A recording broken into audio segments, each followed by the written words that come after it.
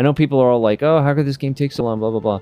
And it's funny because, though, I was watching a video about, I was watching, I guess, an ex-Twitch streamer, Lucky Ghost, that I used to follow on Twitch. And he's, like, I guess retired or on hiatus from Twitch to do just YouTube videos. So I was watching one of his YouTube videos on Ashes of Creation, which is a new fantasy MMO that's in alpha testing. But they charged players to access the alpha $250. You had to pay. It's not like Star Citizen where it's like you can get any package and the cheapest one's $45 or $40, and you can spend more if you want to continue like pledging, right? Like fundraising. But like the first wave of alpha testing was $250. And then they recently had the second wave of alpha testing, which they knocked the price down to $150. And so, like, one of the things Lucky Ghost was doing in his video was like, hey, is this game worth it? Right? And he's like, no. He's just straight up. The short answer is no, it's not worth $150. He says he's not even sure it's worth $30. Oh, is the entrance above me? But it's been in development for 8 years. So it's funny because people bitch about how long Star Citizen's been in development, right? Thank you. And I'm not really an expert in that, so I don't know how long it takes to develop video games. And I haven't been invested in this game at all, basically. So, like, I'm not impatient about how long it's taking because it's kind of not really been on my radar for its 12 years or whatever. But looking at Ashes of Creation, and it's been in development for 8 years, and like, in this video, Lucky Ghost was saying like, from his impression on the second alpha, it's in really rough shape. And it's funny because he made comparisons to Star Citizen, and I have a feeling he hasn't played it recently because this game feels way better than Ashes of Creation was looking. In his video, it looked like it was in really, really rough shape. So it's funny that people, I think, they either read too much about Star Citizen or they played it a really long time ago, and then they were like, oh, I can't believe this game's still being developed, and like they haven't checked themselves. So like that's why I wanted to come in and check it myself. Because if I had just like looked at Reddit or whatever people complain about on YouTube about Star Citizen, I may have stayed away from this game forever. Until it released anyway. And I would have been robbing myself of some decent game time. Like, I've been playing it for the last couple weeks and I've been having fun. So, like maybe 12 years isn't that bad. GTA 6 started writing in 2014. Yeah, so like, I really think people look at like the number and they don't really understand what that, like, it's like, oh, X years, and they don't really think about what has to happen in X years. Like, what does that mean, X years, right? Like, are they rewriting stuff internally? Would one of the safer publishers, right, like a Microsoft or something, or an Ubisoft, would they have canceled the game because it wasn't giving them a return on their investment fast enough?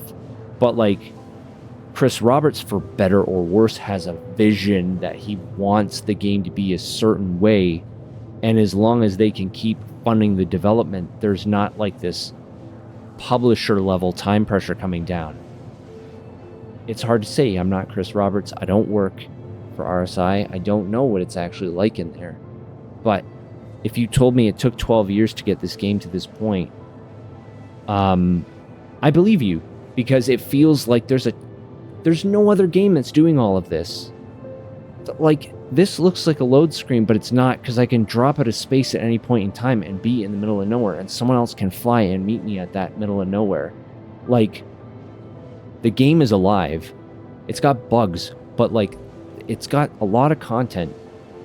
And they do need to finish it, though. And again, I'm cautiously optimistic that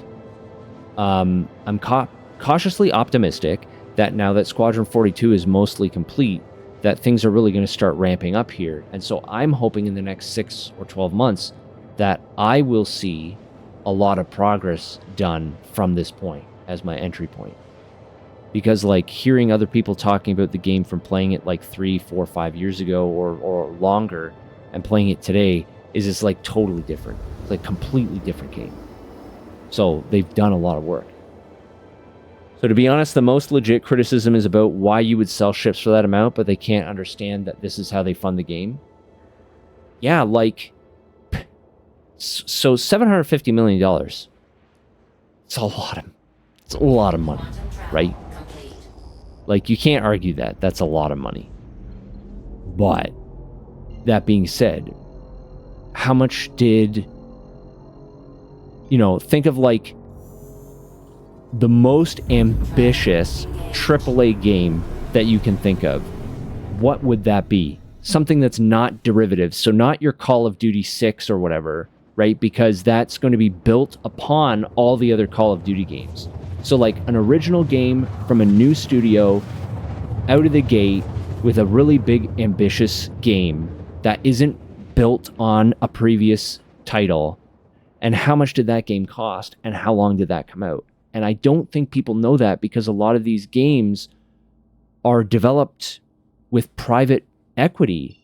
They don't tell you how much these things cost. Yeah, like it's 2 games and an engine developed all at the same time. Like, how much did an Unreal Engine cost to build over the 30 plus years that engine has been around? Like, when did the first Unreal tournament or Unreal game get released? Like, in the 90s? So, like, how much money has been poured into Unreal 5 over 20 years? And Unreal 5, from what I've heard, is a fucking mess as a game engine. So it's like they've been developing that engine for 30 years, and it's still a piece of broken garbage. Right? So it's like, at some point, you just have to you're the consumer, man. Like, I'm actually getting a little mad. I'm making myself a little mad about this. I just like I don't understand why people get so bent out of shape about it, I guess, is the real problem. Because, yeah, you can talk about the ethics of should they be taking this money from people, but like, it's not gambling. Like, there are games that have way more aggressive, like this game's like, do you want a ship? Here's the ship. Do you not want that ship anymore? Fine, here's your credits back, then you can use them on a different ship. Like, what's wrong with that model? You can look at like gacha games and shit where it's just straight up gambling. Just straight up. And everyone's like, ooh, gacha games, gross. But it's like, how many people are playing, like, what's the name of that one fucking game with the harem battle simulator or whatever the fuck it's called? I don't remember. Where you're like collecting digital waifus. Hoyoverse game. Anyway, but like, you're straight up gambling. It's just straight up gambling, and they sell millions and millions and millions and millions of copies. Nobody's jumping down their throat over it. I just don't see why. I don't see why people, the general public, care how much money has gone into developing the game. Do you like it or not? If you like it, buy it as a consumer, and if you don't like it, then don't buy it as a consumer. Let the company worry about how much money they've spent on it. I mean, like, why do you care, man? Do you know how much money how much money has the United States government spent on the country? And do people think that they're getting their money's worth? How many trillions, trillions upon trillions of dollars are being used by governments, just like all the governments of the world? And do people feel like they're like that it's a good investment, right? So like when we're talking about like $700 million for a video game, man, video game. Like, you either like it or you don't like it. If you don't like it, why does it matter how much it costs? Like, you only get disappointed when well-known people in the gaming community who support games going out of the box and then cry about it being a scam. Yeah, like 100% this game is not a scam. Yeah, I shouldn't go there. I borderline broke my own rule by talking about politics, but just like from the point of view of just like any country in general spending money, like it takes money to do things, and unfortunately, depending on how you feel about the economy and economics, but it costs money to build things. And yeah, you want something out of the box. You want something that's risky. You want developers. People complain about this, right? There's no novel games. People don't do anything new. Everything's just based on something else, or people play things too safe, or, you know, where's all the big, huge, expansive open world games? Well, the big publishers don't want to take the risk anymore because they want a return on their investment. Yeah, like any corporation that takes risky investment, it's basically none, right? Like everyone is so safe. Movies are so, TV shows, everything has to be super safe, and people don't take risks anymore with any of this stuff. So, look, this is what it looks like when you take risks. It ends up being more expensive than you thought it was going to be. Yeah, why do you think these big publishers avoid risk? Because that's what happens. Is the things take longer. Projects are harder than developers thought they were going to be, right? Like you run into complications. Something got broken. Something took too long to build, and something we built first is now out of date. We have to go back and we have to rebuild that, and that's wasted time, right? And it's wasted money. This is what you get. If you want these kinds of games, you have to put up with the process that creates them. I feel like a lot of, like, having grown up, I am an old person. So I'm 40. I've been playing video games my whole life. In the 90s, when like PC gaming was new, right? Like when we're talking about like Fallout 1, right? When we're talking about like games like, you know, Unreal Tournament, Hexen, you know, we're looking at games like Roller Coaster Tycoon, Sim City, like all these games that were like, we didn't really have games like this before. There weren't games like this. And every game was a risk. And every studio was an indie studio, right? Like Microsoft made Flight Simulator, the first flight simulator, before they had Microsoft Game Studios. It was just Microsoft. And like, they were all risks. They were all experimental. And these games were all doing something totally different and unique and new. And there were so many new things happening in the space.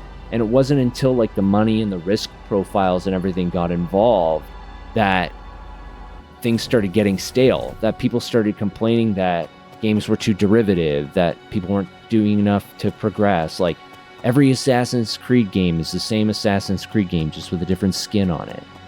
Like, what did the most recent Assassin's Creed game do differently from the very first one, other than just taking place in a different part of the world? Just watch a Half-Life documentary, the risks they took. They literally went broke. Is that what you mean by HL Half-Life? Yeah, like, that's the thing. You sell, like, Interplay, right?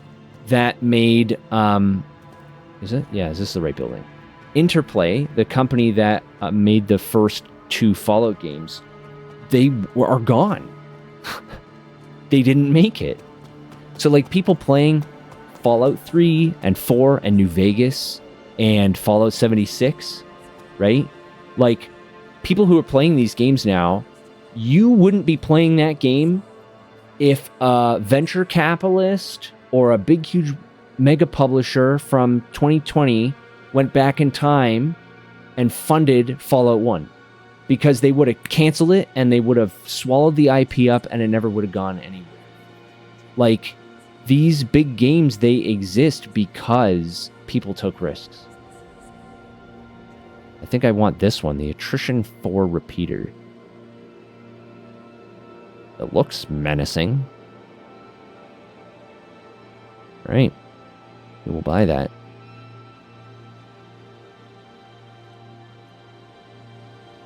Yeah, because, like, it's just crazy. Like, I don't think people really understand when people talk about the golden age of PC gaming, that the golden age of gaming put out a lot of shit, too. Like, just shitty, crappy games. Because you were allowed to make a shitty game.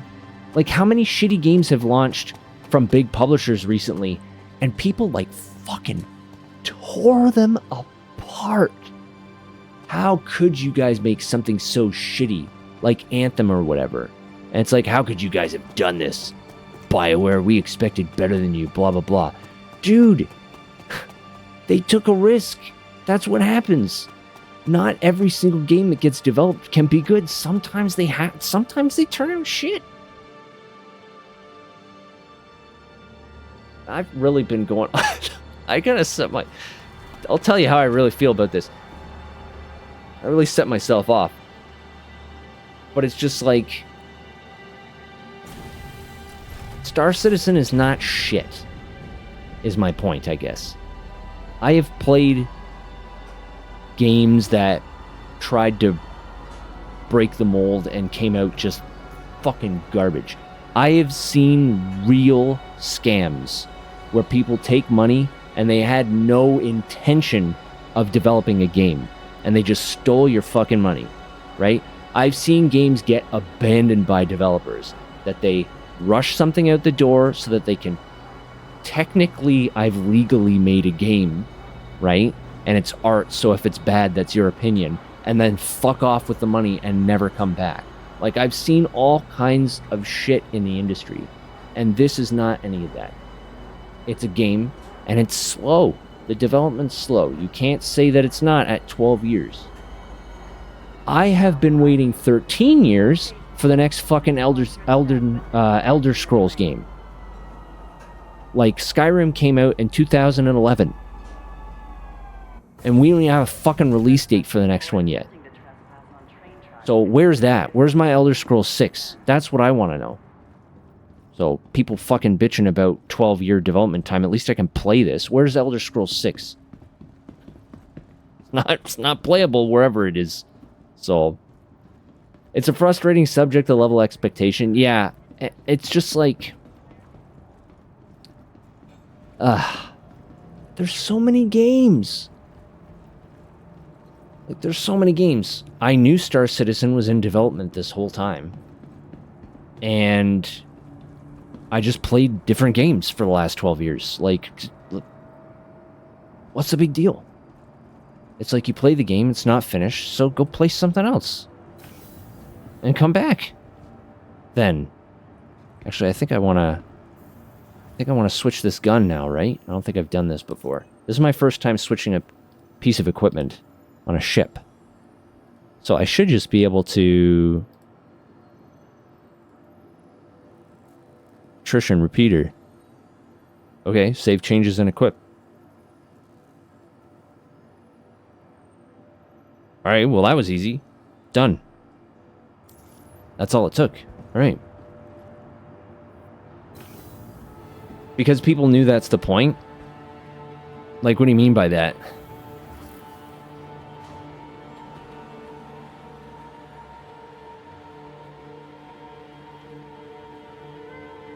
If it was a classic way of development, they wouldn't announce anything until it got close. That's true, right?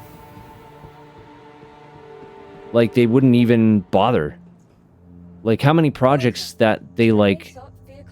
They only announce something because they need to get marketing buzz because their investors are like, hey, you gotta draw hype for this or whatever.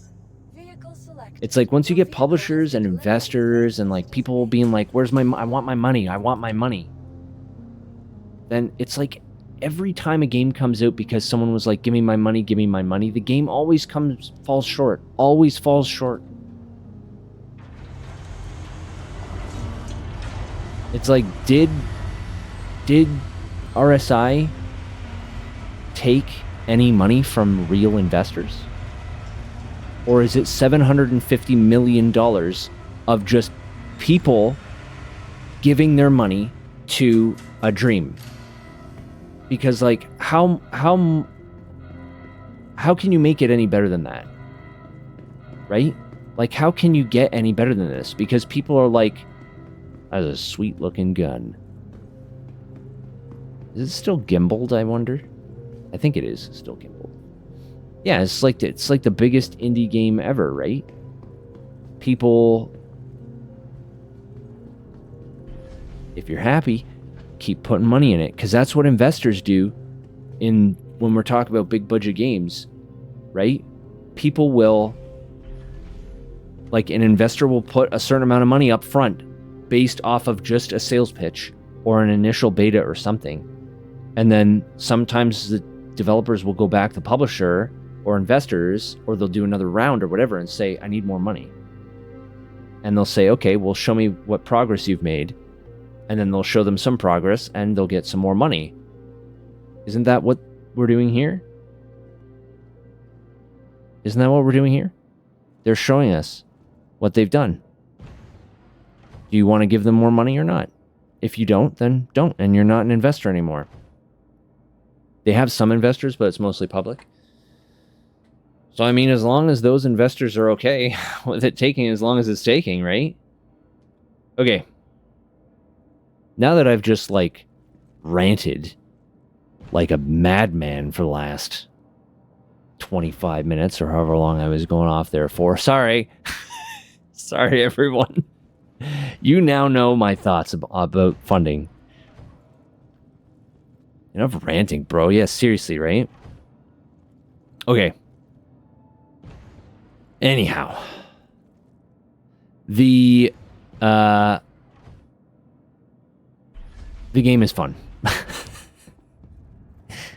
For me personally, I've invested my money, and I'm happy with what they've got so far.